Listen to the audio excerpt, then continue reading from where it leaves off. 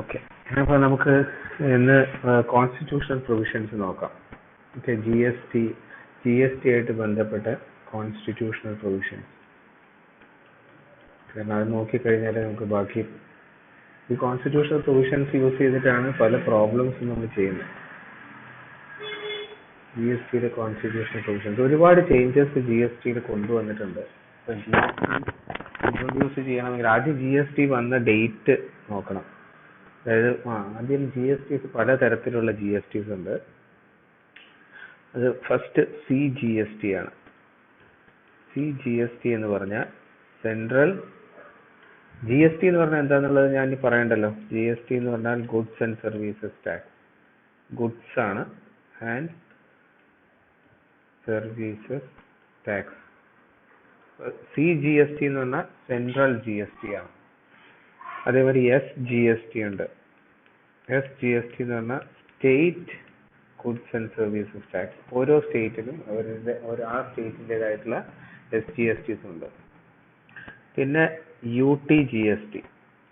U T G S T എന്ന് പറഞ്ഞാൽ union territories ആണെങ്കിൽ യൂണിയൻ ടെറിട്ടറി ഉള്ള ജി എസ് ടി. പിന്നെ I G S T. I G S T എന്ന് പറഞ്ഞാൽ integrated goods and services tax. ഇങ്ങനെ ഇത്രയും ആക്ട്സ് ഉണ്ട്, ഇത്രയും സ്റ്റാറ്റ്യൂട്ടുകളുണ്ട്. ഇതിൻ്റെയൊക്കെ ബേസിസിലാണ് ജി എസ് ടി. ഇതൊക്കെ ഈ ആക്ട് ഒക്കെ ഫോം ചെയ്യാനുള്ള പവർ വന്നത് കോൺസ്റ്റിറ്റ്യൂഷനിൽ നിന്നാണ്. പക്ഷെ ആ കോൺസ്റ്റിറ്റ്യൂഷൻ നമ്മുടെ ഒറിജിനൽ കോൺസ്റ്റിറ്റ്യൂഷനിൽ ഇതൊന്നും ഉണ്ടായിരുന്നില്ലല്ലോ. അപ്പൊ കോൺസ്റ്റിറ്റ്യൂഷനെ തന്നെ അമെൻഡ് ചെയ്തിട്ടുണ്ട്. ആ അമെൻമെന്റ് കൊണ്ടുവന്ന ആക്ട് ആണ് കോൺസ്റ്റിറ്റ്യൂഷൻ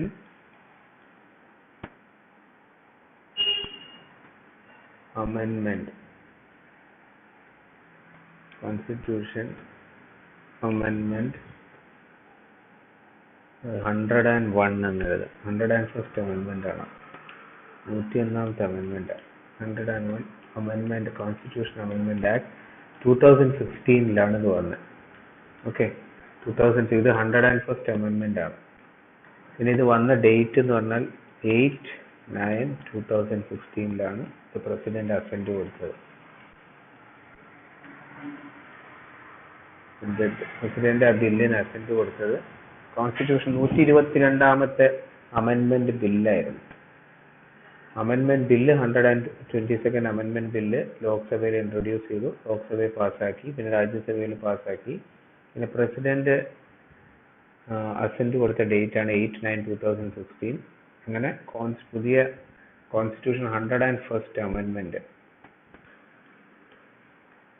അതൊക്കെ പുറത്തെഴുതിയാലും മതി.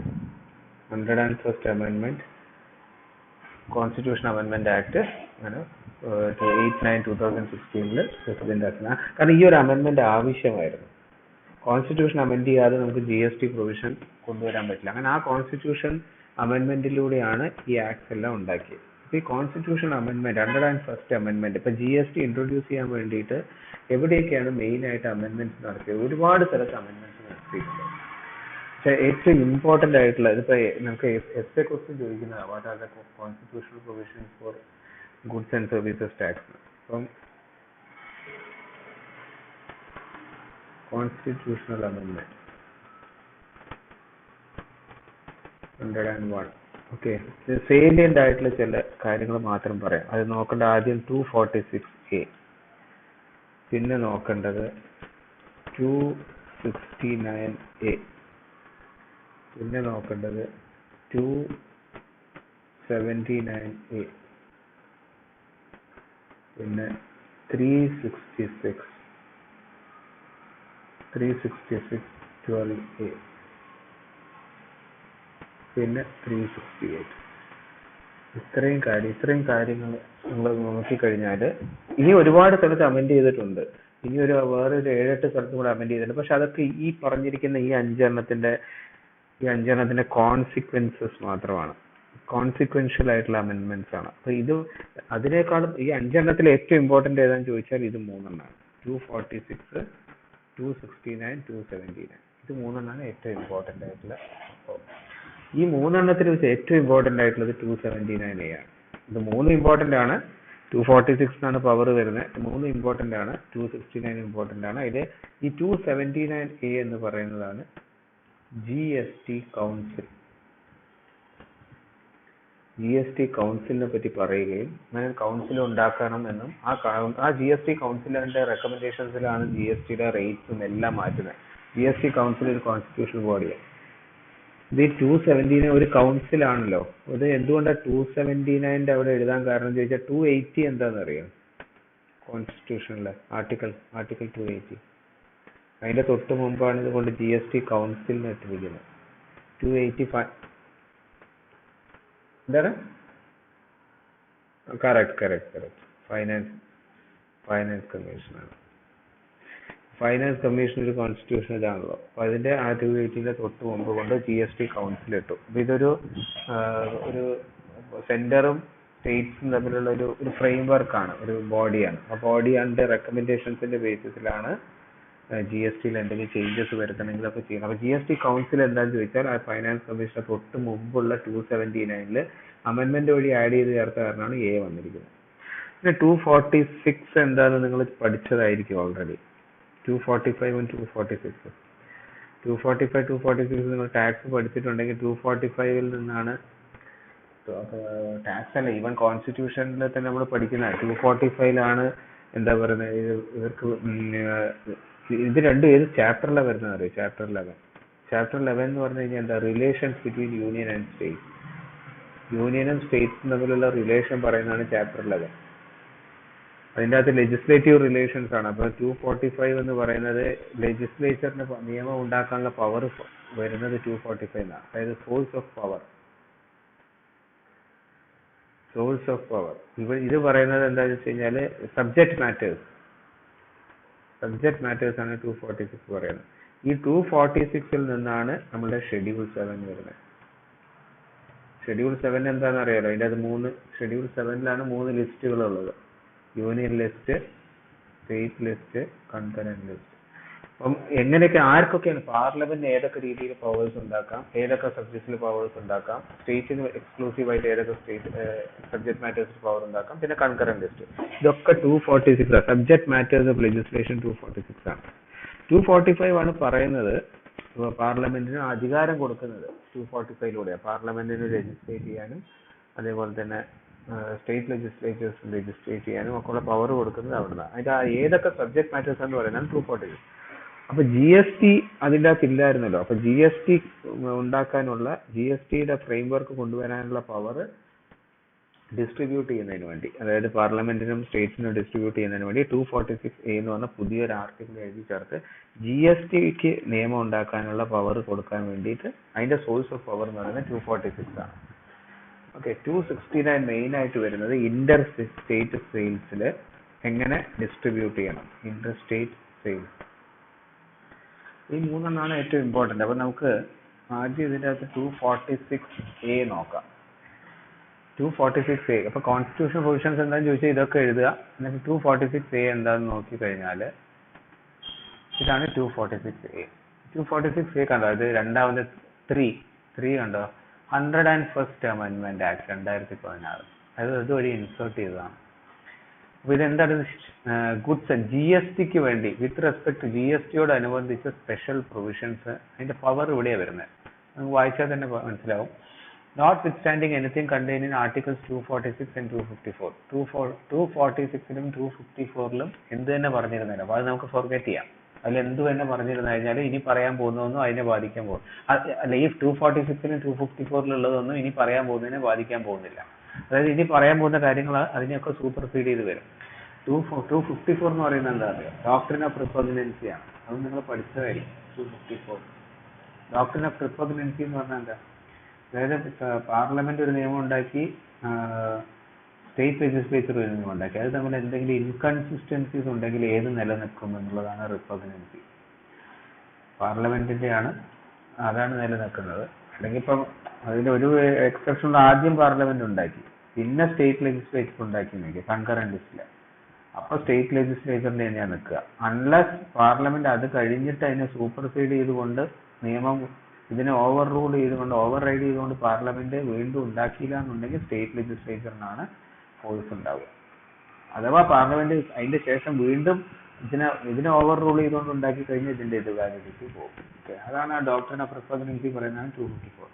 അപ്പൊ 246 254 എന്ത് തന്നെ പറഞ്ഞിരുന്നാലും ഇനി പറയുന്നത് വെച്ചാൽ ജി എസ് ടി ആയിട്ട് റിലേറ്റ് ചെയ്ത മാറ്റേഴ്സിൽ, അതായത് with respect to goods and services tax, G S T ആയിട്ട് ബന്ധപ്പെട്ട കാര്യങ്ങളിൽ നിയമം ഉണ്ടാക്കാനുള്ള ടു മേക്ക് ലോസ് പവർ ആരെടുത്താണ് ഇരിക്കുന്നത്?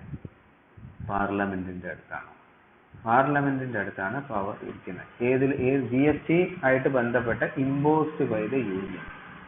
യൂണിയൻ ഇമ്പോസ് ചെയ്യുന്ന ജി എസ് ടികളെ അനുബന്ധിച്ച് ഉള്ള നിയമങ്ങൾ ഉണ്ടാക്കാനുള്ള പവർ പാർലമെന്റിന്റെ അടുത്താണ്. ഓക്കെ, ഇനി സ്റ്റേറ്റ് ആണ് ഇമ്പോസ് ചെയ്യുന്നതെങ്കിൽ ജി എസ് ടി ആയിട്ട് ബന്ധപ്പെട്ട ജി എസ് ടി ആയിട്ട് ബന്ധപ്പെട്ട് സ്റ്റേറ്റിന് ഏതെങ്കിലും ലോസ് മേക്ക് ചെയ്യണമെന്നുണ്ടെങ്കിൽ അതിന്റെ പവർ ആരെടുത്താണ്? സ്റ്റേറ്റ് ലെജിസ്ലേച്ചറിനാണ്. അപ്പൊ ഇത് ഡിസ്ട്രിബ്യൂട്ട് ചെയ്ത് കൊടുത്തിരിക്കുന്നത് ഇവിടെ. അപ്പൊ 246A നിന്നാണ്, 246A ആണ് found and source of power. ഇവിടെ നിന്നാണ് പവർ ഫ്ലോ ചെയ്യുന്നത്. സ്റ്റേറ്റ്സിലേക്കും പാർലമെന്റിലേക്കും പവർ കോൺസ്റ്റിറ്റ്യൂഷനിൽ നിന്ന് ഫ്ലോ ചെയ്യുന്ന ജി എസ് ടി ആയിട്ട് റിലേറ്റ് ചെയ്ത മാറ്റേഴ്സ്. അത് യൂണിയൻ ഇമ്പോസ് ചെയ്യുന്ന ടാക്സ് ആണെന്നുണ്ടെങ്കിൽ പാർലമെന്റിനും, സ്റ്റേറ്റ്സ് ഇമ്പോസ് ചെയ്യുന്ന ടാക്സിനാണെന്നുണ്ടെങ്കിൽ സ്റ്റേറ്റ് ലെജിസ്ലേച്ചറിനും പവർ കിട്ടുന്ന. പവർ ഇല്ലാതെ സ്റ്റേറ്റ്സിന് നിയമം ഉണ്ടാക്കാൻ പറ്റില്ല. അതുകൊണ്ടാണ് കോൺസ്റ്റിറ്റ്യൂഷൻ അമെൻഡ് ചെയ്യേണ്ട ആവശ്യം വന്നത്. ഓക്കെ, അപ്പൊ ഇതിനകത്തൊരു കാര്യം ശ്രദ്ധിക്കേണ്ടത് എന്താണെന്ന് വെച്ച് കഴിഞ്ഞാൽ ഇവിടെ ഒരു ക്ലോസ് പറഞ്ഞിട്ടുണ്ട്. പാർലമെന്റിന്റെ യൂണിയൻ പറഞ്ഞിട്ടുണ്ട് പവർ വരുന്നത്. അതേപോലെ സ്റ്റേറ്റിന്റെ ഇതാണെങ്കിൽ legislation, but subject to clause 2 എന്ന് പറയുന്നത്. ആർക്ക്? സ്റ്റേറ്റ് ലെജിസ്ലേച്ചേഴ്സ് ഉണ്ടാക്കാം, പക്ഷെ state legislatures are subjected to clause 2. ആ ക്ലോസ് 2 എന്താ പറഞ്ഞിരിക്കുന്നത്? ക്ലോസ് 2 പറഞ്ഞിരിക്കുന്നത് ഇപ്പൊ inter state trade or commerce ആണെങ്കിൽ, അപ്പൊ ആദ്യമായി ഇന്റർ സ്റ്റേറ്റ് എന്ന് പറഞ്ഞു കഴിഞ്ഞാൽ കേരളത്തിൽ നിന്ന് കർണാടകയിലേക്ക് എന്തെങ്കിലും ഒരു ട്രാൻസാക്ഷൻ നടക്കുക, അത് ഇന്റർ സ്റ്റേറ്റ് ആണ്. ഇന്റർ സ്റ്റേറ്റ് മാറ്റേഴ്സ് ആണെന്നുണ്ടെങ്കിൽ, ഇന്റർ സ്റ്റേറ്റ് കോമേഴ്സ് മാറ്റേഴ്സ് ആണെങ്കിൽ exclusive power to make laws lies with the parliament. അതാണ് മനസ്സിലാക്കേണ്ടത്. അതുകൊണ്ടാണ് സബ്ജക്ട് ടു ക്ലോസ് 2 എന്ന് മുകളിൽ പറഞ്ഞിരിക്കുന്നത്. അപ്പൊ Inter state trade or commerce ആണെങ്കിൽ ആ ഇന്റർ സ്റ്റേറ്റ് ട്രേഡ് ഓർ കോമേഴ്സിന്റെ ഭാഗമായിട്ട് ഇപ്പൊ ഇവിടെ നമ്മൾ സപ്ലൈ ഉണ്ടോ? സപ്ലൈ എന്നുള്ളതാണ് keyword. Supply of goods and services, GST ആണ്. ഗുഡ്സ് ആണെങ്കിലും സർവീസസ് ആണെങ്കിലും അതിന്റെ എന്ത്? സപ്ലൈ. ഇതിന്റെ സപ്ലൈ ആയിട്ട് ബന്ധപ്പെട്ട സപ്ലൈ എങ്ങനെയാണ് നടക്കുന്നത്? ഇന്റർ സ്റ്റേറ്റ് ആണ്, ഒരു സ്റ്റേറ്റിൽ നിന്ന് വേറൊരു സ്റ്റേറ്റിൽ. അങ്ങനെയാണെന്നുണ്ടെങ്കിൽ പാർലമെന്റിന്റെ എക്സ്ക്ലൂസീവ് ഡൊമൈൻ ആണ്. ഇപ്പൊ കേരളത്തിൽ ഇപ്പൊ എറണാകുളത്ത് നിന്ന് ട്രിവാൻഡ്രത്തേക്ക് ഒരു സെയിൽ നടക്കുക, അത് കംപ്ലീറ്റ് പാർലമെന്റിനല്ല, സ്റ്റേറ്റ് ലെജിസ്ലേഷൻ, കേരള ലെജിസ്ലേച്ചർ ബോഡിക്ക് നിയമങ്ങൾ ഉണ്ടാക്കാം. അതിനത് തീരുമാനിക്കുന്ന GST ഉണ്ടാവും. കേരളത്തിന്റെ state legislative body, Kerala legislative അസംബ്ലിക്ക് അതിനുള്ള ലോസ് ഉണ്ടാക്കാൻ പറ്റും. പക്ഷേ ഇന്റർ സ്റ്റേറ്റ് വരികയാണെങ്കിൽ കംപ്ലീറ്റ് പവർ, എക്സ്ക്ലൂസീവ് പവർ, അതിനകത്ത് സ്റ്റേറ്റ്സിന് പവർ ഇല്ല, എക്സ്ക്ലൂസീവ് പവർ. അതാണ് 246A. 246A ആദ്യം എഴുതുക. ഓക്കെ, ഇനി അടുത്തത് ഇമ്പോർട്ടന്റ് ആയിട്ടുള്ള കാര്യമാണ്, ഞാൻ നേരത്തെ ഫിഗറിൽ വരച്ചതുമാതിരി 269A. അതാണ് ഞാൻ 246A നമ്മൾ കംപ്ലീറ്റ് ചെയ്തത്. ഇനി 269A പറയുന്നത് എന്താ നോക്കാം. 269 ഇന്റർ സ്റ്റേറ്റ് സെയിൽസിനെ പറ്റി മാത്രമാണ് പറയുന്നത്. അതാണ് 269A. 269A പറഞ്ഞിരിക്കുന്നത്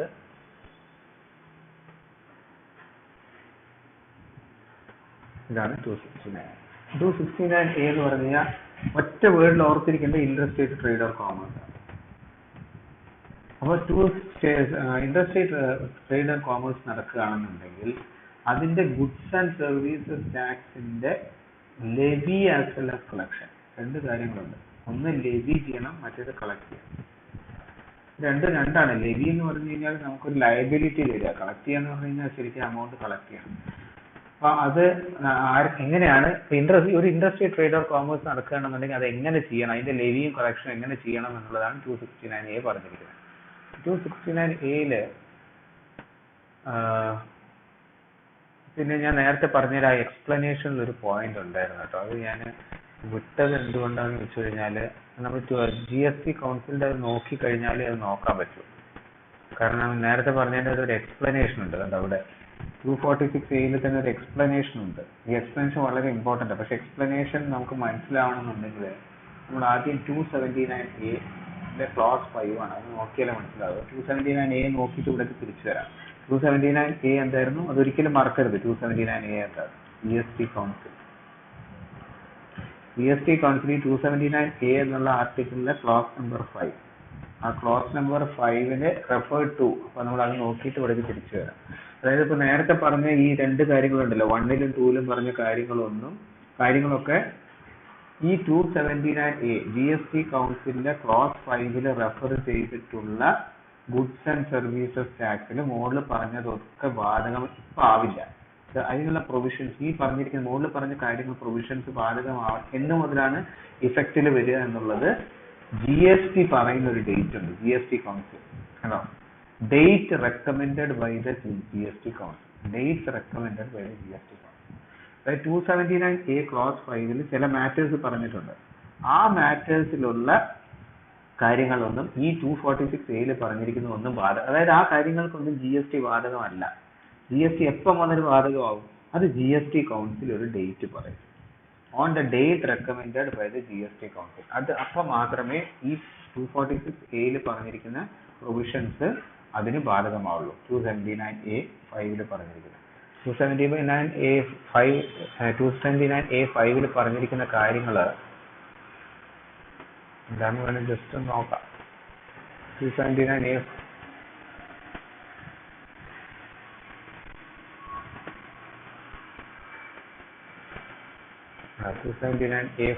പറഞ്ഞിരിക്കുന്ന ഇത് ഈ ഒരു കാര്യങ്ങളാണ്. ഈ കാര്യങ്ങളിലൊക്കെ ഇപ്പം GST ബാധകമല്ല. GST കൗൺസിൽ ഒരു ഡേറ്റ് റെക്കമെൻഡ് ചെയ്യും. ആ ഡേറ്റ് മുതൽ മാത്രമേ ആപ്ലിക്കബിൾ ആവൂ. ഇതെന്താന്ന് പഠിക്കുക തന്നെ വേണം. അതുകൊണ്ടോ GST കൗൺസിൽ GSTC എന്ന് പറയും. GSTC shall recommend the date on ഏത് ഡേറ്റ് മുതലാണോ goods and services tax levy ചെയ്യാൻ പറ്റുക. താഴത്ത് പറഞ്ഞിരിക്കുന്ന 5 പ്രോഡക്ട്സ്. ഈ 5 പ്രോഡക്ട്സിൽ ഇപ്പൊ GST ഇല്ല. അത് ഏതൊക്കെയാണെന്ന് പഠിക്കുക തന്നെ വേണം. ഒന്ന് പെട്രോളിയം, ക്രൂഡ് ഓയിൽ,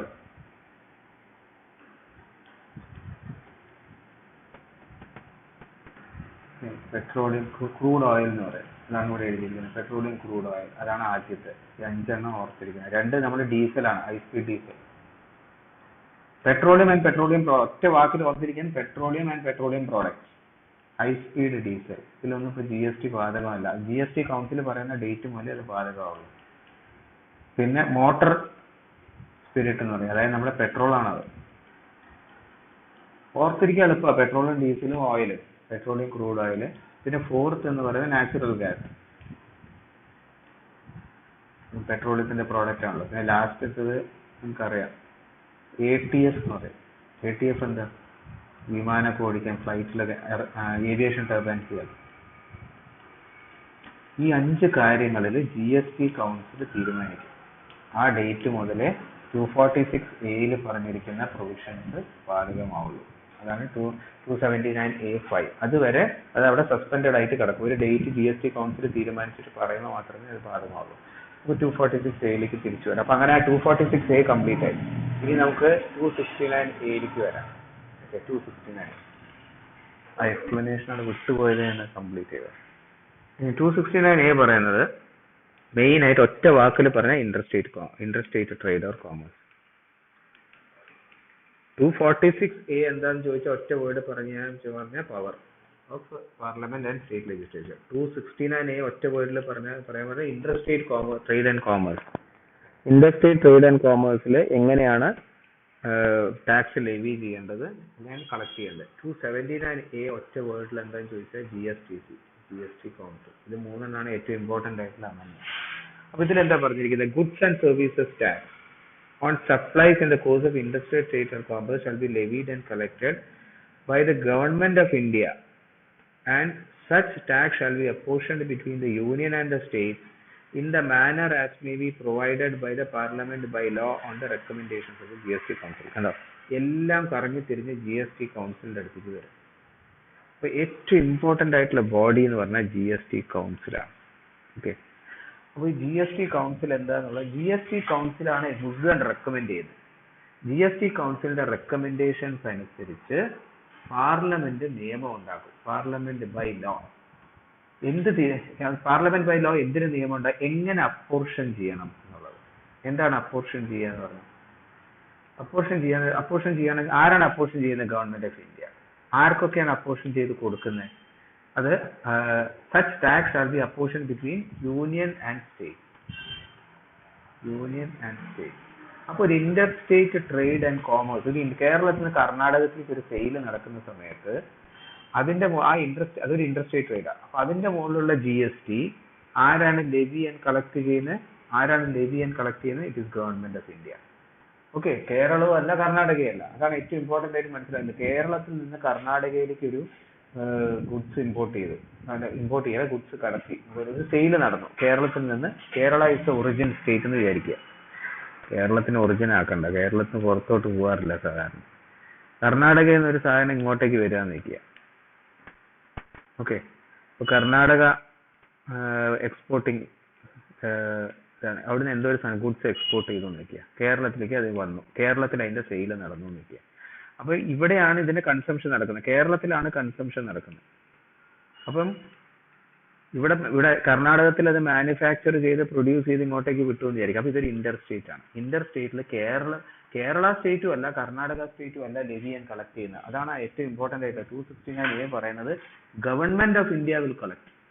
അത് ലെവി ചെയ്യാനും കളക്ട് ചെയ്യാനുള്ള അധികാരം, പവർ കോൺസ്റ്റിറ്റ്യൂഷൻ 269A ക്ലോസ് 1 കൊടുത്തിരിക്കുന്ന ഗവൺമെന്റ് ഓഫ് ഇന്ത്യക്ക്. എന്നിട്ട് ഗവൺമെന്റ് ഓഫ് ഇന്ത്യ കളക്ട് ചെയ്യും. അത് ഇപ്പൊ കർണാടകയിൽ ഇങ്ങോട്ടേക്ക് അയക്കുന്ന ആള് ഇത് നേരെ കൊണ്ട് ഗവൺമെന്റ് ഓഫ് ഇന്ത്യയുടെ ഖജനാവിൽ കൺസോളിഡേറ്റഡ് ഫണ്ട് കൊണ്ടിടും. ഗവൺമെന്റ് ഓഫ് ഇന്ത്യക്ക് കൊടുത്തിട്ട് ഇന്ത്യൻ ഗവൺമെന്റ് എന്ത് ചെയ്യും? അതിനെ അപ്പോർഷൻ ചെയ്യും. ആർക്കൊക്കെ? Between union. കുറച്ച് അവർ കയ്യിൽ വെക്കും, കുറച്ച് പൈസ അവര് റീറ്റെയിൻ ചെയ്യും യൂണിയന്റെ അടുത്ത് തന്നെ. കുറച്ച് ശതമാനം അവര് സ്റ്റേറ്റിന് കൊടുക്കും. ഏത് സ്റ്റേറ്റിനാണ് കൊടുക്കുക? ഏത് സ്റ്റേറ്റിനായിരിക്കും കൊടുക്കുക? ഊഹിക്കാൻ പറ്റുമോ? കർണാടകയിൽ നിന്നാണ് കേരളത്തിലേക്ക് വന്നത്. കേരളത്തിലാണ് കൺസംഷൻ നടക്കുന്നത്. അപ്പം ഇതിനാണ് ഇന്റർ സ്റ്റേറ്റ് GST, IGST എന്ന് പറയും. Inter state GST 18% government collect ചെയ്തു നിൽക്കുക. ആരെ കളക്ട് ചെയ്യുന്നത്? Government of India. Government of India 18% ആ ഗുഡ്സിന്റെ മുകളിൽ 1 ലക്ഷം രൂപയുടെ ട്രാൻസാക്ഷൻ വാല്യൂ ആണെന്നുണ്ടെങ്കിൽ അതിന്റെ 18%, 18/100, അതായത് 18,000 രൂപ ഗവൺമെന്റ് ഓഫ് ഇന്ത്യയുടെ ഖജനാവിലേക്ക് പോകും. അതിനാണ് GOI ലെവി ചെയ്തത്. എന്നിട്ട് അതിനെ അപ്പോർഷൻ ചെയ്യും. അതിന്റെ 9% യൂണിയൻ റീറ്റെയിൻ ചെയ്യും. അതായത് 9,000 രൂപ യൂണിയൻ തന്നെ റീറ്റെയിൻ ചെയ്യും. ബാക്കി 9,000 രൂപ സ്റ്റേറ്റിന് കൊടുക്കും. അതാണ് പറഞ്ഞിരിക്കുന്നത് ഈ ആർട്ടിക്കിൾ 269A(1)ൽ. ഈ 9,000 rupees ആർക്കായിരിക്കും കൊടുക്കുക? കേരളത്തിന് കിട്ടുമോ കർണാടകയ്ക്ക്? കർണാടകയ്ക്കല്ല കിട്ടുക. അതാണ് മുമ്പത്തെ ടാക്സും അപ്പത്തെ ടാക്സും തമ്മിൽ വ്യത്യാസം. GST is known as destination based tax.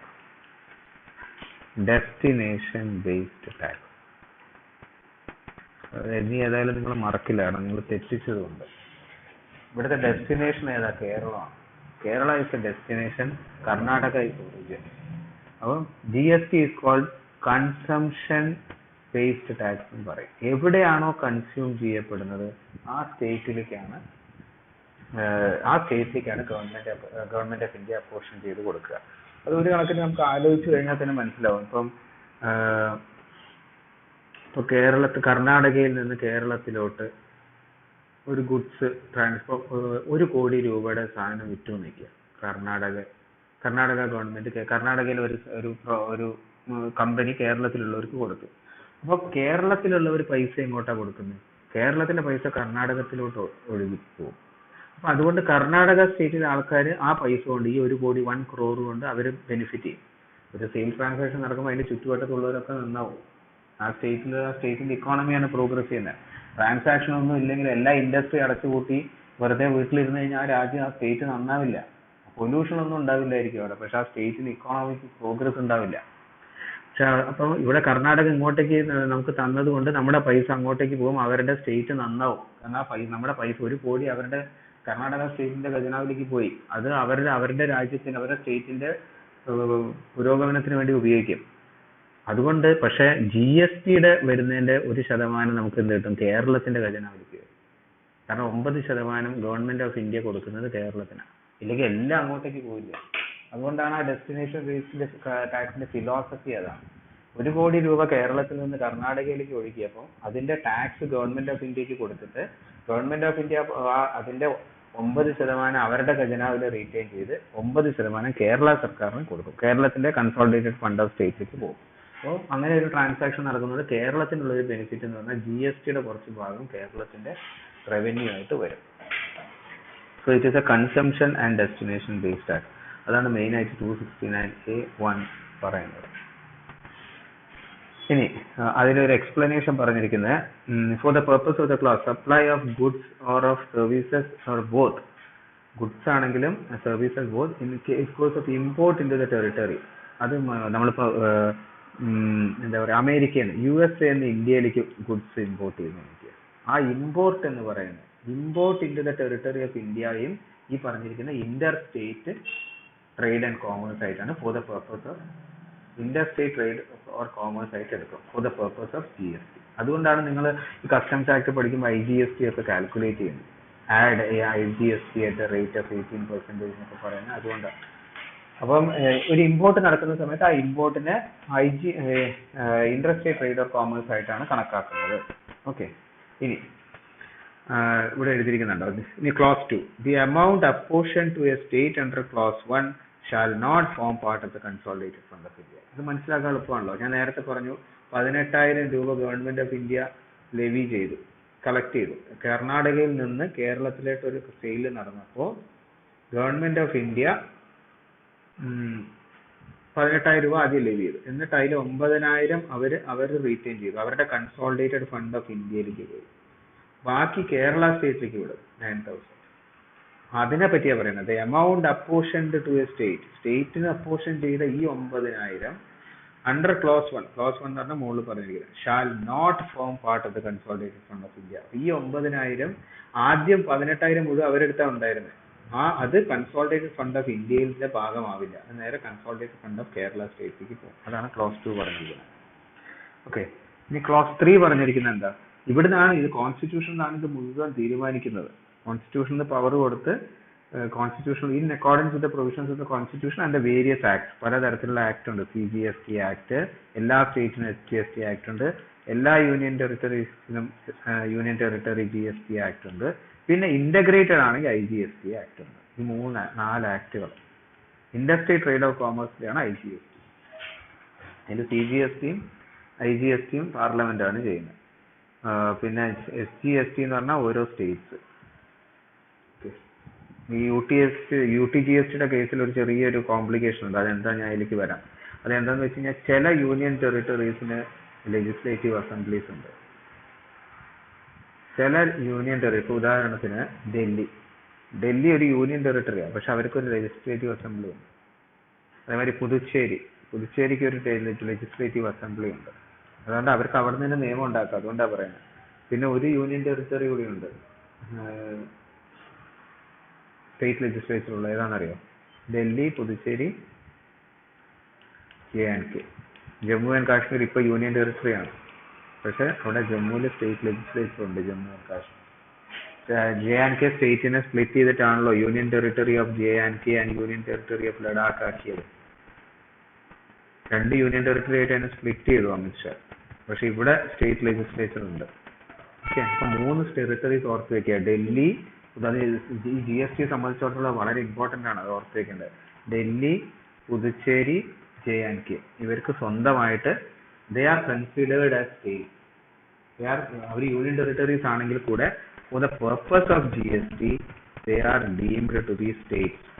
Delhi, Puducherry and JNK, കാരണം അവർക്ക് സ്റ്റേറ്റ് ലെജിസ്ലേച്ചേഴ്സ് ഉള്ളതുകൊണ്ട്. ഇനി where an amount, ഇനി തേർഡ് ക്ലോസിലേക്ക് പോവാം. where an amount collected as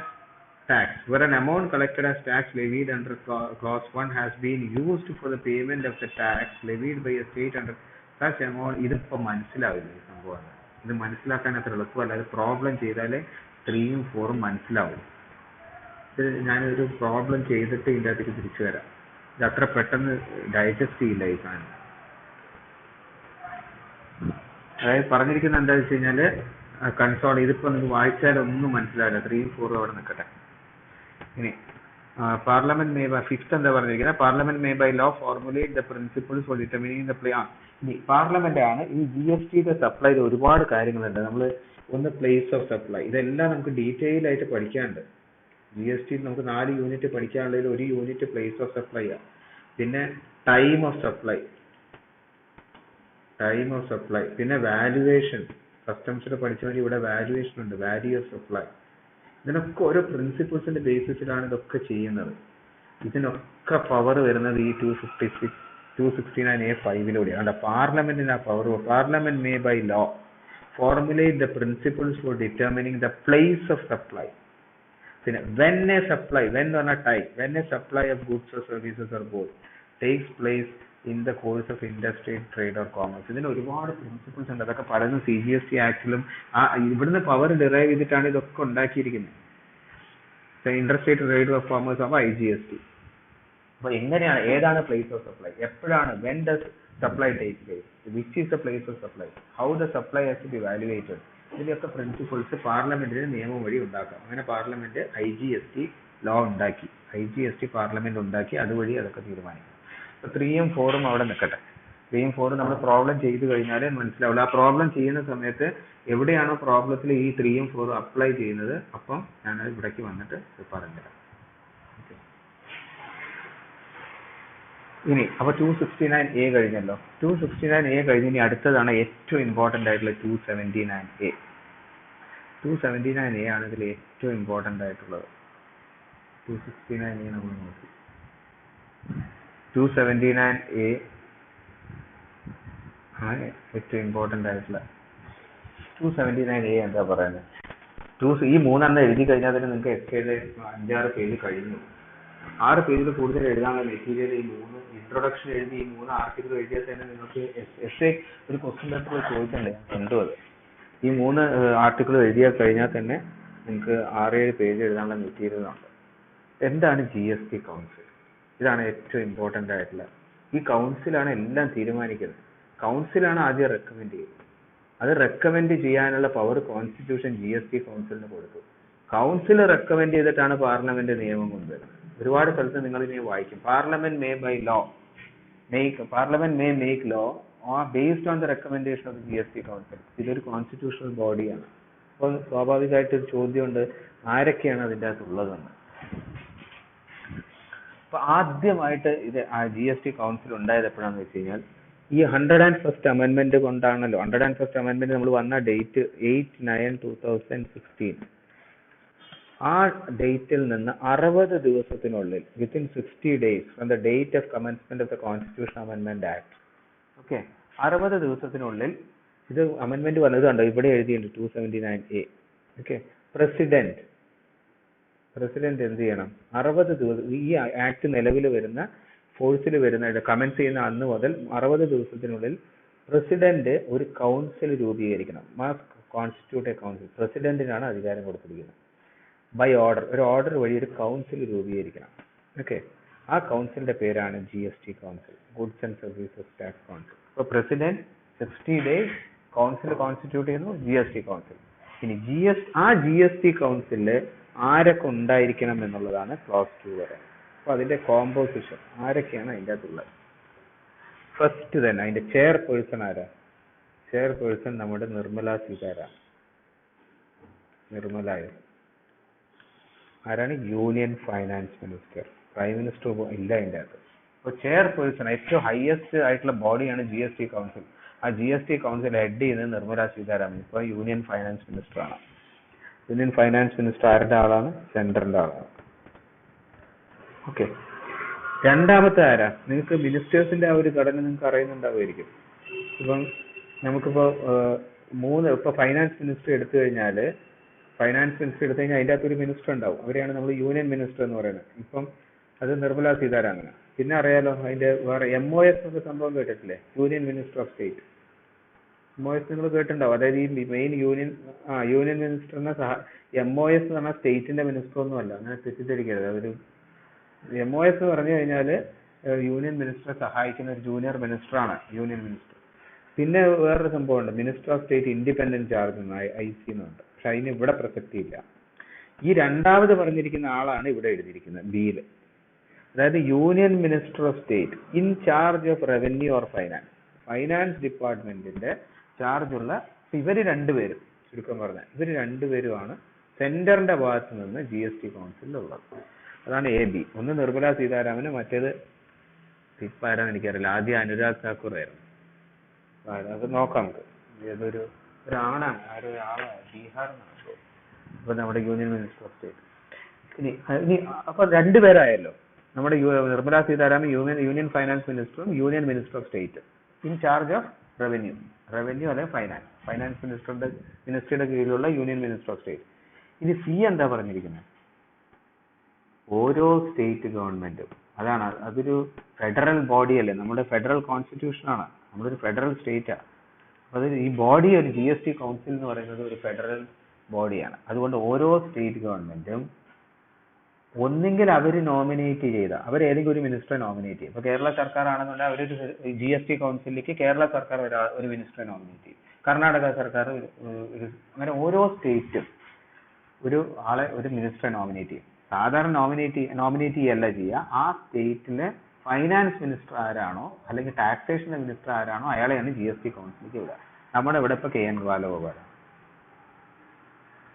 ബാലഗോപാലാണ് ഇപ്പോഴത്തെ നമ്മുടെ ഫൈനാൻസ് മിനിസ്റ്റർ. അപ്പോൾ ഫൈനാൻസ് മിനിസ്റ്റർ കേരളത്തിലെ KN ബാലഗോപാൽ GST കൗൺസിലിലെ ഒരു മെമ്പറാണ്. ഇനിയിപ്പോൾ KN ബാലഗോപാലിന് പറ്റില്ല എന്നുണ്ടെങ്കിൽ ഗവൺമെന്റ് ആരെ വേണമെങ്കിലും വേറെ ഏതെങ്കിലും ഒരു മിനിസ്റ്ററെ നോമിനേറ്റ് ചെയ്യാം. നോർമൽ കേസിൽ ഓരോ സ്റ്റേറ്റിലെയും ഫൈനാൻസ് മിനിസ്റ്റർ GST കൗൺസിൽ. അപ്പൊ GST കൗൺസിലിന്റെ സംഭവം മനസ്സിലായില്ലേ? അത്രയും വലിയൊരു ഫെഡറൽ ബോഡിയാണത്. അപ്പൊ അതിനെപ്പറ്റി പറയുകയാണെങ്കിൽ നമ്മൾ ആദ്യം മനസ്സിലാക്കേണ്ട GST കൗൺസിൽ, അതിന്റെ കോമ്പോസിഷൻ. ആദ്യം നമ്മൾ പറഞ്ഞ എന്താണ്? പ്രസിഡന്റ് 60 ദിവസത്തിനുള്ളിൽ ഒരു ബോഡി കോൺസ്റ്റിറ്റ്യൂട്ട് ചെയ്യും. അതിന് GST കൗൺസിൽ എന്ന് പറയും. ആ GST കൗൺസിൽ ആരൊക്കെയാണുള്ളത്? ആദ്യം തന്നെ യൂണിയൻ ഫൈനാൻസ് മിനിസ്റ്റർ, ഇതാണ് ക്ലോസ് എയിൽ പറഞ്ഞിരിക്കുന്നത്. പിന്നെ പറഞ്ഞ് union minister of state in charge of finance or revenue, ഇയാളാണ് B ഭാഗം. സിയിൽ പറഞ്ഞിരിക്കുന്നത് എന്താ? പറഞ്ഞിരിക്കുന്നത് ഈച്ച് സ്റ്റേറ്റ് എന്നാ പറഞ്ഞിരിക്കുന്നത്. ഈച്ച് സ്റ്റേറ്റ് ഒരാളെ പറഞ്ഞോളൂ. ഒന്നെങ്കിൽ അത് മിനിസ്റ്റർ ആയിരിക്കും, അവരുടെ ഫൈനാൻസ് മിനിസ്റ്റർ ആയിരിക്കും, അല്ലാന്നുണ്ടെങ്കിൽ any minister who has been authorized. അവര് നോമിനേറ്റ് ചെയ്തു. Any minister nominated by the state government. അപ്പൊ ഞാനൊരു ക്വസ്റ്റ്യൻ ചോദിക്കട്ടെ. ഇതിപ്പം ഇവിടുന്ന് ഇപ്പൊ ഒരാൾ വന്നു, ഇവിടുന്ന് ഒരാൾ വന്നു. ഇപ്പൊ 2 പേരായി. 2 പേര് സെൻട്രൽ നിന്ന്. സ്റ്റേറ്റിൽ നിന്ന് എത്ര പേരായി? സ്റ്റേറ്റിൽ നിന്ന് എത്ര പേരുണ്ടാവും അറിയോ? 31 പേരുണ്ടാവും. എന്തുകൊണ്ടാണ് 31 പേരെന്ന് പറഞ്ഞത്? അപ്പൊ അതിനെപ്പറ്റി എന്താന്ന് നോക്കണം. GSTയുടെ പേർപ്പസിന് സ്റ്റേറ്റ് ലെജിസ്ലേച്ചർ ഉള്ള യൂണിയൻ ടെറിട്ടറീസിനെ വരെ സ്റ്റേറ്റ് ആയിട്ടാണ് എടുത്തിരിക്കുന്നത്. അപ്പോൾ നമ്മൾ ആദ്യം എത്ര സ്റ്റേറ്റ് ഉണ്ടെന്നുള്ളത് നമുക്ക് അറിയണം. How many States are there? ഇന്ന് ഇന്ത്യയിൽ എത്ര സ്റ്റേറ്റ്സ് ഉണ്ട്? 28 സ്റ്റേറ്റ്സ് ആണുള്ളത്. അതായത് ഇപ്പൊ ജമ്മു ആൻഡ് കാശ്മീരിന്റെ സ്റ്റേറ്റോട്ട് പോയല്ലോ. എത്ര യൂണിയൻ ടെറിട്ടറീസ് ഉണ്ട്? എത്ര യൂണിയൻ ടെറിട്ടറീസ് ഉണ്ടെന്ന് മാത്രം പറഞ്ഞാൽ പോരാ, ആ യൂണിയൻ ടെറിട്ടറീസിനെ സ്പ്ലിറ്റ് ചെയ്യണം. ഒന്ന് വിത്ത് state legislature, without state legislature. അപ്പോൾ വിത്ത് സ്റ്റേറ്റ് ലെജിസ്ലേച്ചർ നമുക്കറിയാം, ഞാൻ നേരത്തെ പറഞ്ഞു. ഒന്ന് ഡൽഹി,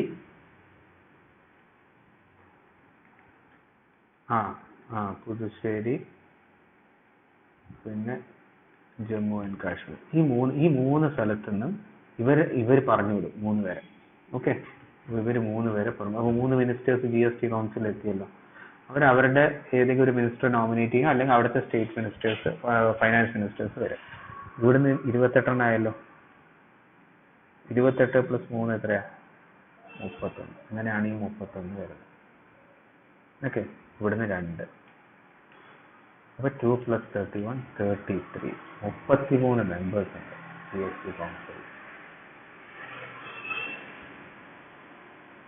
ഇവരെ കുറിച്ച് ആലോചിച്ച് പേടിക്കേണ്ട കാര്യമില്ല. കാരണം വെച്ചാൽ യൂണിയൻ ടെറിട്ടറീസ് സ്റ്റേറ്റ് ലെജിസ്ലേച്ചേഴ്സ് ഇല്ലെങ്കിൽ അവരുടെ അഡ്മിനിസ്ട്രേഷൻ സെന്ററിന്റെ കയ്യിലാണ് ഉള്ളത്. അപ്പം ഇത് യൂണിയൻ മിനിസ്റ്ററുടെ കീഴിലായതുകൊണ്ട് അത് നിർമ്മലാ സീതാരാമനും ഇയാളും കൂടെ നോക്കിക്കോളും, കൈകാര്യം ചെയ്തോളും. അപ്പോൾ അവരുടെ കാര്യം അവർ നോക്കിക്കോളും.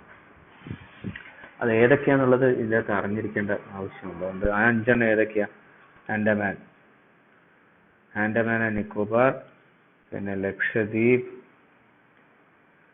പിന്നെ 1, 2, ഇനി 3 കൂടെ ഉണ്ട്. മൂന്നാമത്തേത് അത് രണ്ടും കൂടെ അത് അവർ യുണൈറ്റ് ചെയ്തു. ഏത്? ദാദ്ര ആൻഡ് നഗർ ഹവേലി, പിന്നെ ദമൻ ആൻഡ് ഡ്യൂ. ഇതെല്ലാം കൂടെ ഇപ്പോൾ ഒന്നായി.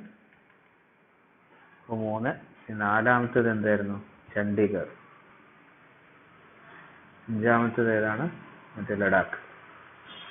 ഇവരുടെ കാര്യം ഇവർ നോക്കിക്കോളും, ഈ 2 പേരും നോക്കിക്കോളും. അവർക്ക് വേറെ ആരെയും പറഞ്ഞു വിടാനില്ല. അത് ശരിക്കും നോക്കുന്നത് ഈ യൂണിയൻ മിനിസ്റ്റർ ഓഫ് സ്റ്റേറ്റ് നോക്കിക്കോളും. പക്ഷെ ഇതിൻ്റെ അകത്തൊരു പ്രശ്നമുണ്ട്.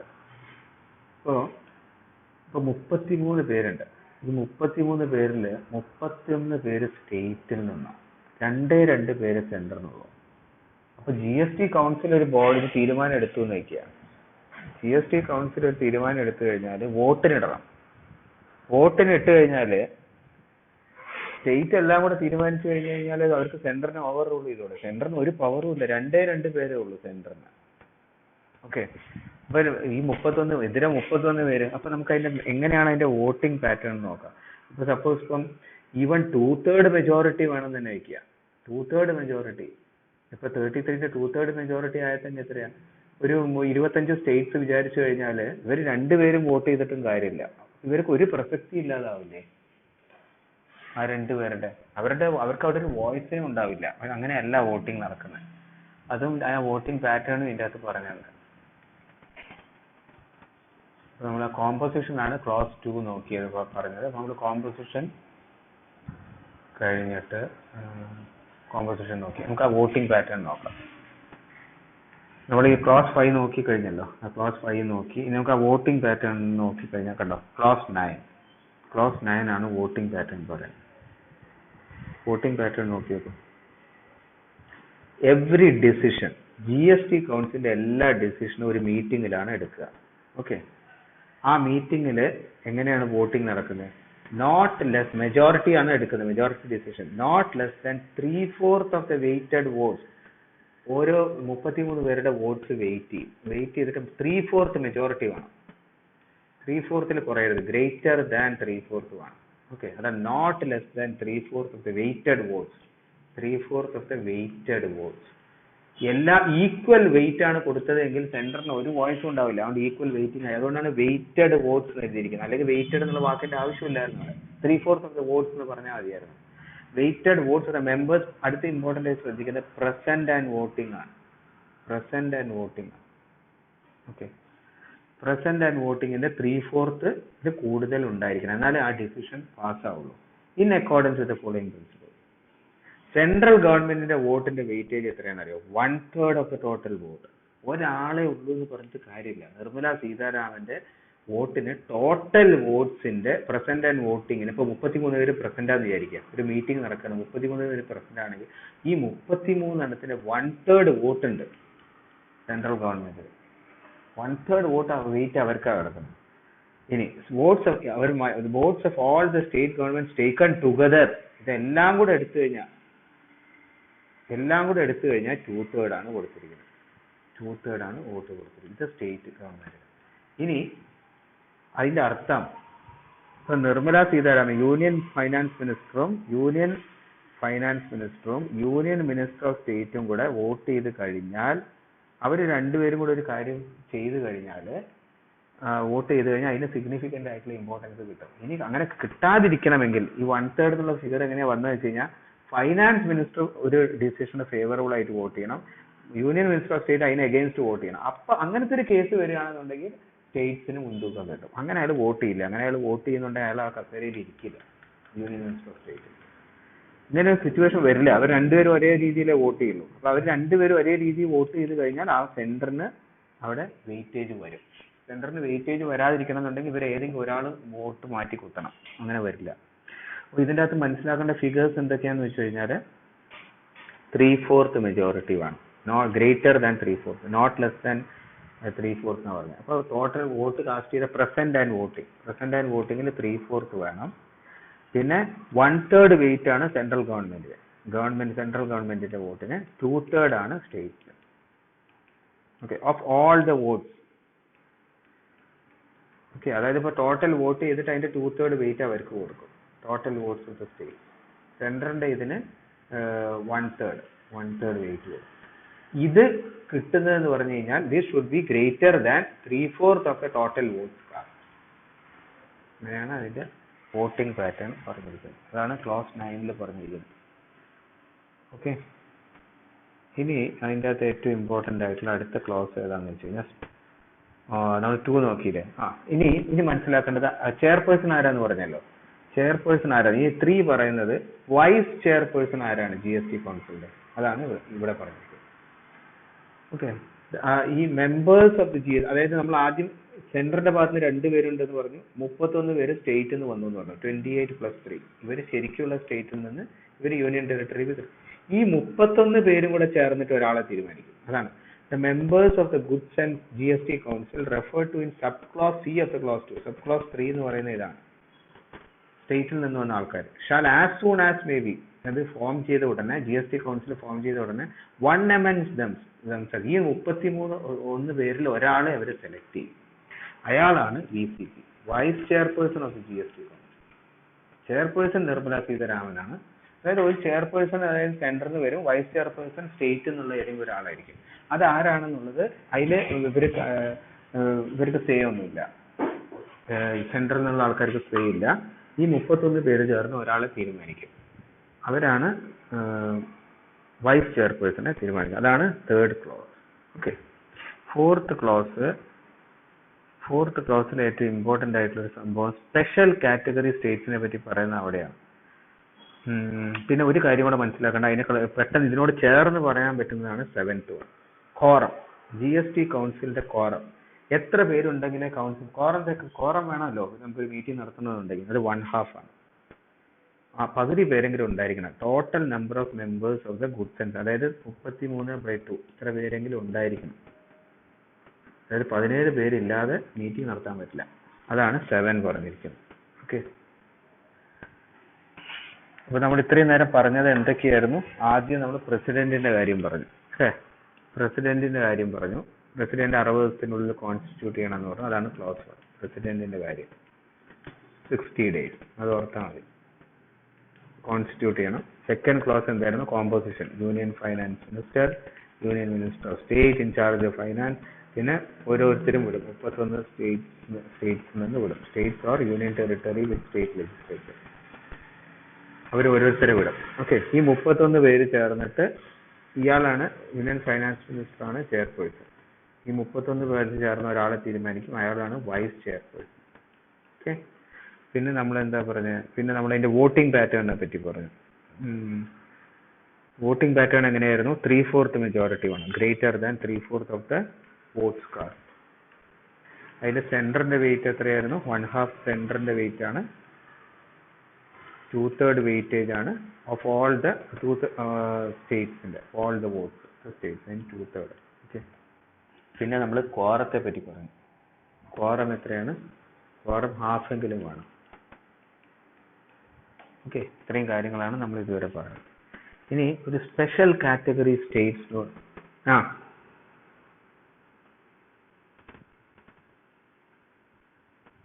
1/3 വെയിറ്റേജ് കേട്ടോ, ഞാൻ പറഞ്ഞ തെറ്റിയ. ഞാൻ അങ്ങനെ പറഞ്ഞെങ്കിൽ തെറ്റാണ്. 1/2 അല്ല, 1/3 ആണ്. 1/2 വെയിറ്റേജ് കൊടുത്താൽ പിന്നെ അവർ തന്നെ തീരുമാനിക്കുമല്ല. 1/2 പറ്റില്ല, 1/3 ആണ്. അത് ഞാനൊരു പ്രോബ്ലം ചെയ്ത് കാണിച്ചു തരാം, അപ്പോൾ മനസ്സിലാവും അതിൻ്റെ ഇമ്പോർട്ടൻസ് എന്താണ്. 1/3 ഈ 1/2 ആയിട്ട് എനിക്ക് കൺഫ്യൂഷൻ, കോറമായിട്ടുള്ളത് കൺഫ്യൂഷൻ ആയത്. ഓക്കെ, അപ്പോൾ 1/3, 2/3. ഓക്കെ, അത് ചിലപ്പോൾ നമ്മുടെ മനസ്സ് മുന്നോട്ടേക്ക് ഓടും. ഈ പെണ്ണ് ഓടുന്നേക്കാൾ മുന്നേ, അതുകൊണ്ടാണ് ആ 1/2 ഓടുന്നത്. പിന്നെ ഓക്കെ, ഇനി നമ്മൾ സ്പെഷ്യൽ കാറ്റഗറി സ്റ്റേറ്റ്സ് എന്ന് പറഞ്ഞിട്ട് അതും കൂടെ ആ GST കൗൺസിൽ പറയുന്നത്. സ്പെഷ്യൽ കാറ്റഗറി സ്റ്റേറ്റ്സ് ഓർത്തിരിക്കാൻ നിങ്ങൾ ഇന്ത്യയുടെ മാപ്പ് നോക്കിക്കഴിഞ്ഞാൽ ശരിക്കും മനസ്സിലാവുന്നത്. ഇന്ത്യയുടെ മാപ്പിൽ നമ്മുടെ ഇങ്ങനെ വരും. അത് അതായത് ഏറ്റവും മുകളിൽ ജമ്മു ആൻഡ് കാശ്മീർ. നമ്മൾ ശരിക്കും നിങ്ങളുടെ ഇന്ത്യയുടെ മാപ്പ് എടുത്ത് ഒരു ലൈൻ ഇങ്ങനെ വരച്ചു കഴിഞ്ഞാൽ ഈ ലൈനിന്റെ ഇപ്പുറത്തുള്ളത് മുഴുവൻ സ്പെഷ്യൽ കാറ്റഗറി സ്റ്റേറ്റ്സ് ആണ്. മെയിൻ ആയിട്ട് അത് എന്താന്ന് വെച്ച് കഴിഞ്ഞാൽ അത് ഹില്ലി ഏരിയാസ് ആണ്. അതിനാണ് അവിടെ സ്പെഷ്യൽ കാറ്റഗറി സ്റ്റേറ്റ് എന്ന് പറഞ്ഞിരിക്കുന്നത്. അതായത് ജമ്മു ആൻഡ് കാശ്മീർ ഏറ്റവും മുകളിൽ, അതിന്റെ താഴെ ഹിമാചൽ പ്രദേശ്, അതിന്റെ താഴെ ഉത്തരാഖണ്ഡ്, പിന്നെ ഇവിടെ കിടക്കുന്നത് നേപ്പാളാണ്. നേപ്പാൾ നമ്മുടെ രാജ്യമല്ലല്ലോ. അത് കഴിഞ്ഞിട്ട് ഇവിടെ സിക്കിം ഉണ്ട്. സിക്കിം, പിന്നെ നമ്മളുടെ seven sisterly States, north eastern States. അതാണ് സ്പെഷ്യൽ കാറ്റഗറി. അപ്പൊ ഏതൊക്കെയാണ്? JK, ഹിമാചൽ പ്രദേശ്, ഉത്തരാഖണ്ഡ്, സിക്കിം. ഈ സാധനം ചിക്കൻ നെക്ക് എന്ന് പറയും, ആണ് സിക്കിം. സെവൻ സിസ്റ്റർലി സ്റ്റേറ്റ്സ് ഏതൊക്കെയാണ്? ആസാമിന്റെ മുകളിലാണ് അരുണാചൽ പ്രദേശ്. പഠിക്കാൻ ഏറ്റവും നല്ല മാപ്പ് വെച്ച് പഠിക്കുന്ന, മാപ്പ് നോക്കിയാൽ ഇതിന് താഴെയാണ് മേഘാലയ, പിന്നെ ഇപ്പുറത്താണ് നാഗാലാൻഡ്. ഈ വെസ്റ്റ് ബംഗാളിനോട് ചേർന്ന് നിൽക്കുന്നതാണ് ത്രിപുര. പിന്നെ ഇതിന്റെ നാഗാലാൻഡ് തൊട്ട് താഴെ മണിപ്പൂരാണ്. പിന്നെ ഇവിടെ ഏറ്റവും മിസോറാം. 2, 3, 4, 5, 6, 7 ആയില്ലേ. ഈ സെവൻ സിസ്റ്റർലി സ്റ്റേറ്റ് പ്ലസ് ഈ ഇവിടെ JK, ഇതിനെയാണ് സ്പെഷ്യൽ കാറ്റഗറി സ്റ്റേറ്റ്. അത് ശരിക്കും 4 നമ്മുടെ 279A ക്ലോസ് 4 Gയിലാണ് അത് പറഞ്ഞിരിക്കുന്നത്. സ്പെഷ്യൽ കാറ്റഗറി സ്റ്റേറ്റ്സിന് ഇമ്പോർട്ടൻസ് ഉണ്ട്. നമ്മൾ ഓരോന്നോരോന്ന് പഠിക്കുമ്പോൾ മനസ്സിലാവും. അത് ജി അത് ഏതിലാണ്? ക്ലോസ് 4 ഉണ്ടോ? 4th ക്ലോസിലെ G. അതായത് GST കൗൺസിൽ മേക്ക് റെക്കമെൻഡേഷൻസ്. എല്ലാം GST കൗൺസിലാണ് തീരുമാനിക്കുന്നത്. ആ 33 പേര് ഹാഫ് കോറത്തില് മിനിമം ഹാഫെങ്കിലും വേണം കോർ. അവരാണ് തീരുമാനിക്കുക. അവർ റെക്കമെൻഡ് ചെയ്യും യൂണിയൻ അല്ലെങ്കിൽ സ്റ്റേറ്റ്സിന്. എന്തിനെ പറ്റി? Special provisions. എന്തുകൊണ്ട് ഞാൻ ഈ പറഞ്ഞ പറഞ്ഞ സ്റ്റേറ്റ്സ് ഒക്കെ എന്തുകൊണ്ടാണ് സ്പെഷ്യൽ പ്രൊവിഷൻസ്? അതൊക്കെ ഹിന്ദി ഏരിയാസ് ആണ് മെയിൻ ആയിട്ട്. അതായത് അവിടെ നിന്ന് നമുക്കങ്ങനെ ഇത് ത്രഷോൾഡ് ലിമിറ്റ് ചെയ്യാൻ വേണ്ടി ത്രഷോൾഡ് ലിമിറ്റ് ഉണ്ട്. അതിന്റെ മുകളിലാണെങ്കിൽ മാത്രം ടാക്സ് കൊടുത്താൽ മതി. സാധാരണ ഹില്ലി ഏരിയാസിലൊക്കെ എങ്ങനെയെങ്കിലും ചെറിയ സ്മോൾ ട്രേഡേഴ്സ് അല്ലെങ്കിൽ സ്മോൾ ബിസിനസ് യൂണിറ്റ്സ് ഉണ്ടാവും. അവരൊക്കെ എങ്ങനെയെങ്കിലുമൊക്കെ ജീവിച്ചു പോകുന്നതായിരിക്കും. അവരുടെ ഒന്നും മുകളിൽ ടാക്സ് ചുമത്തരുത്. അപ്പൊ അവർക്ക് വേണ്ടിയിട്ട് അവർ ത്രഷോൾഡ് ലിമിറ്റ്, ഇപ്പൊ 10 ലക്ഷത്തിന് അവരുടെ ടേൺ ഓവർ. ഇപ്പൊ ഒരു സിംലയിൽ ഒരു ചെറിയൊരു കച്ചവടക്കാരനുണ്ട്. അപ്പൊ അയാള് ഹില്ലി ഏരിയ ആണ്. അപ്പൊ അയാളുടെ ത്രഷോൾഡ് ലിമിറ്റ് 10 ലക്ഷം ആണെന്നുണ്ടെങ്കിൽ 10 ലക്ഷത്തിന് താഴെയാണ് അയാളുടെ ബിസിനസ് യൂണിറ്റിന്റെ ആനുവൽ ടേൺ ഓവർ എങ്കിൽ അയാൾക്ക് GST പേ ചെയ്യേണ്ട ആവശ്യമില്ല. അങ്ങനെ ത്രഷോൾഡ് ലിമിറ്റ്സ്, സ്പെഷ്യൽ പ്രൊവിഷൻസ് ഒക്കെ GST കൗൺസിൽ റെക്കമെൻഡ് ചെയ്യുന്നതിനനുസരിച്ച് തീരുമാനിക്കുക. അത് ഏതൊക്കെയാ? The seven sisterly States, Arunachal Pradesh, Assam, Manipur, Meghalaya, Mizoram, Nagaland, പിന്നെ സിക്കിം, ത്രിപുര, ഹിമാചൽ പ്രദേശ്. ഞാൻ നേരത്തെ പറഞ്ഞ ഇതാണ് സ്പെഷ്യൽ കാറ്റഗറി സ്റ്റേറ്റ്. ഇനി ഇത് ഹാർമോണൈസ് ചെയ്യേണ്ട രീതി ചെയ്യണമെന്ന് പറഞ്ഞിരിക്കുന്നത് ഇവിടെ അത് ക്ലോസ് 6 പറഞ്ഞിട്ടുണ്ട്. പിന്നെ ക്ലോസ് 8 നോക്കുക. അതാണ് അതായത് GST കൗൺസിലാണ് പ്രൊസീജിയർ ഡിറ്റർമിൻ ചെയ്യുന്നത്. അതായത് GST council shall determine the procedure in performance of its functions. അത് GST കൗൺസിൽ എങ്ങനെ ഫംഗ്ഷൻ ചെയ്യണമെന്ന് തീരുമാനിക്കുന്നതും GST കൗൺസിൽ തന്നെയാണ്. അതിന്റെ പ്രൊസീജിയർ, അതിന്റെ ഫംഗ്ഷൻസിന്റെ പെർഫോമൻസിന്റെ പ്രൊസീജിയർ തീരുമാനിക്കുന്നത് GST കൗൺസിലാണ്. GST കൗൺസിൽ കോൺസ്റ്റിറ്റ്യൂഷൻ ബോഡിയാണല്ലോ. പിന്നെ ഈ 6 പറഞ്ഞിരിക്കുന്നത് ഈ ആർട്ടിക്കിളിന്റെ അണ്ടറിലുള്ള functions while discharging the functions conferred by this article, ഈ GST കൗൺസിൽ എങ്ങനെ ഒരു harmonised structure of GST, harmonised structure and developing A harmonised national market. ഇതിപ്പോ അവരുടെ ആ ഒരു ലോഗോ തന്നെ അത് തന്നെയാണല്ലോ, 1 nation 1 tax 1 market. 1 nation 1 tax 1 market. Okay, അതൊരു harmonised structure of goods and services ടാക്സും the development of a harmonized national market for goods and services. അപ്പോൾ ഇതൊക്കെ GST കൗൺസിലിനെ ഗൈഡ് ചെയ്യുന്ന അതാണ്. ഈ ഇതിന്റെ ഫങ്ഷൻസ് ഡിസ്ചാർജ് ചെയ്യാൻ വേണ്ടി GST council shall be guided by a harmonic structure. Harmonic national മാർക്കറ്റും ഒരു ഹാർമോണിക് സ്ട്രക്ചറുമാണ് അവരെ ഗൈഡ് ചെയ്യുന്നത്. ഓക്കെ, അതാണ് 1 nation 1 tax എന്നുള്ള അവരുടെ concept. Harmonized structure of goods and services tax for the development of A harmonised national market. നമുക്ക് ഒരു market മതി, ഒരു മാർക്കറ്റ്, ഒരു ടാക്സ്, ഒരു നേഷൻ. അതാണ് 6. ഓക്കെ, ഇനി ഇതിൻ്റെ അകത്ത് പറഞ്ഞിരിക്കുന്നത് ഇത് എന്താണ്, മറ്റേ നമ്മുടെ ഡിസ്പ്യൂട്ട്സ് എന്തെങ്കിലും വരികയാണെങ്കിൽ അത് അഡ്ജുഡിക്കേറ്റ് ചെയ്യാൻ GST കൗൺസിൽ ഒരു മെക്കാനിസം ഉണ്ടാക്കും. ഏതൊക്കെ തമ്മിൽ ഡിസ്പ്യൂട്ട് വരികയാണെങ്കിൽ ഗവൺമെന്റ് ഓഫ് ഇന്ത്യ ഒരു സൈഡിലും ഒന്നോ അതിൽ കൂടുതൽ സ്റ്റേറ്റ്സ് ആണ്, അതായത് GOI on one state, state government മറ്റേ സൈഡ്, അത് ഒന്നാവാം അല്ലെങ്കിൽ ഒന്നിൽ കൂടുതലാവാം. അല്ലെങ്കിൽ GOIയും സ്റ്റേറ്റും ഒരു ഭാഗത്ത്, ബാക്കിയുള്ള സ്റ്റേറ്റ്സ് മറ്റേ ഭാഗത്ത്. അതാണ് between government of India and any state, or States on one side or states on one, government of India and any state or states on one side and one or more other states on other side. പിന്നെ between രണ്ട് സ്റ്റേറ്റുകൾ, state 1 state 2, അതൊക്കെ ഇവർ തമ്മിൽ എന്തെങ്കിലും dispute ഉണ്ടെങ്കിൽ അതൊക്കെ GST കൗൺസിലാണ് തീരുമാനിക്കുന്നത്. Arising out of the recommendations of the council. GST കൗൺസിലിന്റെ റെക്കമെൻഡേഷൻസ് ഇംപ്ലിമെന്റേഷൻസും അനുസരിച്ചിട്ടാണ് ഈ GST കൗൺസിൽ മെക്കാനിസം എസ്റ്റാബ്ലിഷ് ചെയ്യുന്നത്, ഡിസ്പ്യൂട്ട് റെസൊല്യൂഷൻ മെക്കാനിസം. ഓക്കെ, അവർ തമ്മിൽ എന്തെങ്കിലും ഇഷ്യൂ ഉണ്ടെങ്കിൽ GST കൗൺസിൽ തീരുമാനിക്കും, ഒരു മെക്കാനിസം എസ്റ്റാബ്ലിഷ് ചെയ്ത് ആ ഡിസ്പ്യൂട്ട് അഡ്ജുഡിക്കേറ്റ് ചെയ്യും എന്നുള്ളതാണ് 11 പറഞ്ഞിരിക്കുന്നത്. ഇനി 10 എന്താ പറഞ്ഞിരിക്കുന്നത്? 10 പറഞ്ഞിരിക്കുന്നത് ഒരു no act or proceedings of the GST council shall be invalid. അതായത് ഈ GST കൗൺസിലിന്റെ കോൺസ്റ്റിറ്റ്യൂഷനിൽ ഒരു വേക്കൻസി ഉണ്ടെന്ന കാര്യം കൊണ്ടോ, അല്ലെങ്കിൽ അതിന് എന്തെങ്കിലും ഡിഫക്റ്റ് ഉണ്ടെന്നുള്ള കാര്യം കൊണ്ടോ, അല്ലെങ്കിൽ ആ GST കൗൺസിലിലെ ഏതെങ്കിലും മെമ്പറിന്റെ അപ്പോയിന്റ്മെന്റിൽ എന്തെങ്കിലും ഡിഫക്റ്റ് ഉണ്ടെന്നുള്ള കാരണം കൊണ്ടോ, അല്ലെങ്കിൽ ഒരു കൗൺസിലിന്റെ എന്തെങ്കിലും പ്രൊസീജിയറൽ ഇറഗുലാരിറ്റി ഉണ്ടെന്നുള്ള കാര്യം പറഞ്ഞുകൊണ്ടോ ഒന്നും GST കൗൺസിലിന്റെ ഒരു പ്രൊസീഡിങ്ങിനെയും ഇൻവാലിഡേറ്റ് ചെയ്യാൻ പറ്റില്ല. അതായത് ഇപ്പം കോൺസ്റ്റിറ്റ്യൂഷനിൽ എത്ര GST കൗൺസിലിന്റെ കോൺസ്റ്റിറ്റ്യൂഷനാണ് 33 പേരുണ്ട്. അതിൽ ഏതെങ്കിലും ഒരു വേക്കൻസി ഉണ്ട്, അതിൻ്റെ അകത്ത് വേക്കൻസി ഉണ്ടെന്നുള്ള ഒരു കാരണം പറഞ്ഞുകൊണ്ട് GST കൗൺസിൽ എടുത്തൊരു തീരുമാനത്തിനെ അതിന്റെ ഒരു ആക്ടോ അതിന്റെ പ്രൊസീഡിങ്സോ ഇൻവാലിഡ് ആക്കാൻ പറ്റില്ല. അതേമാതിരി ഏതെങ്കിലും ഒരു മെമ്പറിന്റെ അപ്പോയിന്റ്മെന്റിൽ എന്തെങ്കിലും ഡിഫക്റ്റ് ഉണ്ട് GST കൗൺസിലിന്റെ എന്നുള്ള കാരണം പറഞ്ഞുകൊണ്ട് GST കൗൺസിൽ എടുത്തൊരു തീരുമാനത്തിനെ അതിന്റെ പ്രൊസീഡിങ്സിനെ ഇൻവാലിഡേറ്റ് ആക്കാൻ പറ്റില്ല.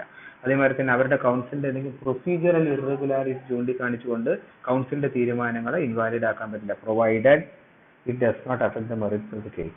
മെറിറ്റ്സ് ഓഫ് ദി കേസിനെ എഫക്ട് ചെയ്യുകയാണെന്നുണ്ടെങ്കിൽ അത് ഇൻവാലിഡ് ആക്കാം. അല്ലാന്നുണ്ടെങ്കിൽ നിയർ പ്രൊസീജിയർ ഇറഗുലാരിറ്റി പറഞ്ഞിട്ട് GST കൗൺസിലിന്റെ തീരുമാനങ്ങളെ ഇൻവാലിഡേറ്റ് ചെയ്യാൻ പറ്റില്ല. അതാണ് 10 പറഞ്ഞിരിക്കുന്നത്. ഇനി ഇതിന്റെ അകത്ത് ആകെ കൂടെ ഉള്ളത് എന്താണെന്ന് വെച്ച് കഴിഞ്ഞാൽ ഇതാണ്. പിന്നെ ബാക്കി provisions GST council shall make recommendation, അതായത് ഇത് മാത്രമേ നമ്മൾ പറഞ്ഞിട്ടുള്ളൂ, G മാത്രം. ഓക്കെ,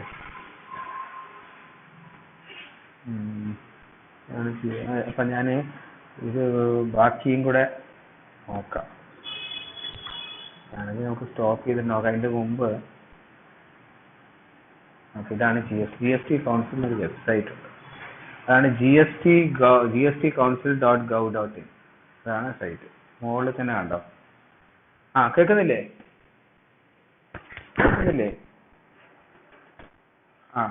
GST കൗൺസിലിന് ഒരു വെബ്സൈറ്റ് ഉണ്ട്, അതാണ് gstcouncil.gov.in. ഇതിന്റെ ടോപ്പ് മോസ്റ്റ് കോർണറിൽ കണ്ടില്ലേ, 1 നേഷൻ 1 ടാക്സ് 1 മാർക്കറ്റ്.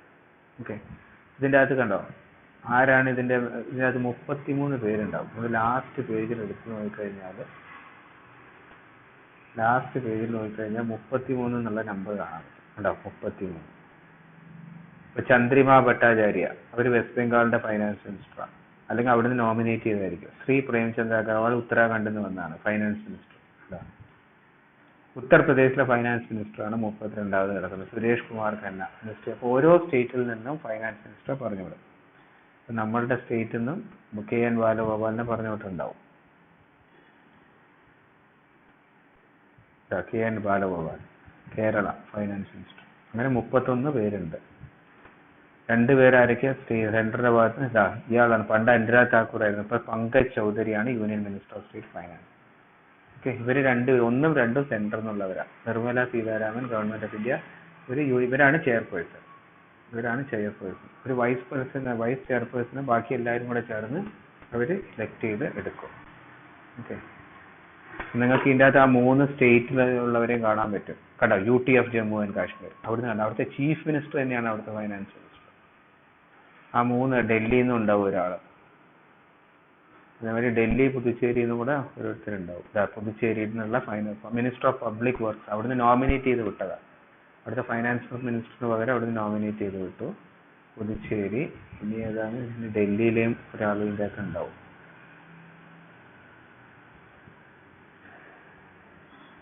ആസാം ബീദ ഡൽഹിയിലെ ചീഫ് മിനിസ്റ്റർ തന്നെയാണ് രേഖാ ഗുപ്ത. ഓക്കെ, അതാണ് ഇപ്പൊ GST കൗൺസിൽ എന്ന് പറഞ്ഞാൽ 33 പേരുണ്ട്. ഈ 2 പേരെ പറ്റി നിങ്ങൾ കണ്ടു കഴിഞ്ഞാൽ നിങ്ങൾ ഓർത്തിരിക്കും. ഓക്കെ, ഇതാണ് GST കൗൺസിലിന്റെ സംഭവം. അപ്പൊ നിങ്ങൾ ഇത്രയും നിങ്ങൾ നോക്കി നോക്കും. ഓക്കെ, അതായത് 249A 269A എന്ന് പറഞ്ഞു കഴിഞ്ഞാൽ ഇൻഡസ്ട്രി ട്രേഡർ കോമേഴ്സ്, 279A എന്ന് പറഞ്ഞാൽ GST കൗൺസിൽ. ഇന്ന് ഞാൻ പറഞ്ഞ എല്ലാ കാര്യങ്ങളും വളരെ ഇമ്പോർട്ടൻ്റ്. അവിടുന്ന് ക്വസ്റ്റ്യൻസ് വരും, ക്വസ്റ്റ്യൻ വരും. അപ്പം നിങ്ങൾ ഇത്രയും നോക്കാം. അപ്പം ബാക്കി നാളെ കണ്ടിന്യൂ ചെയ്യാൻ പറ്റാതെ ഇതിൽ ക്ലാസ് 4 മാത്രമേ ബാക്കിയുള്ളൂ. ആ ക്ലാസ് 4 ഇമ്പോർട്ടൻറ്റുമാണ്. ആ ക്ലാസ് 4 G നമ്മൾ നോക്കി. അപ്പോൾ ബാക്കിയുള്ളതും കൂടെ നോക്കിയിട്ട് ആ പ്രോബ്ലംസ് നോക്കിയതിൻ്റെ ശേഷം 269A 269Aയിൽ 2 കാര്യങ്ങൾ വളരെ കോംപ്ലിക്കേറ്റഡ് ആയി. 3ഉം 4ഉം. 3ഉം 4ഉം ഒരു പ്രോബ്ലം ചെയ്തിട്ട് നാളെ 3ഉം 4ലേക്ക് തിരിച്ചു വരാം. ഓക്കെ, അപ്പൊ ഇത്രയും നിങ്ങൾ നോക്കുക. ഓക്കെ, GST കൗൺസിലിന് എന്തായാലും ക്വസ്റ്റ്യൻ വരും. അപ്പോൾ ശരി, ഓക്കെ, അതിൽ നിങ്ങൾ ലീവ് ചെയ്തോളൂ.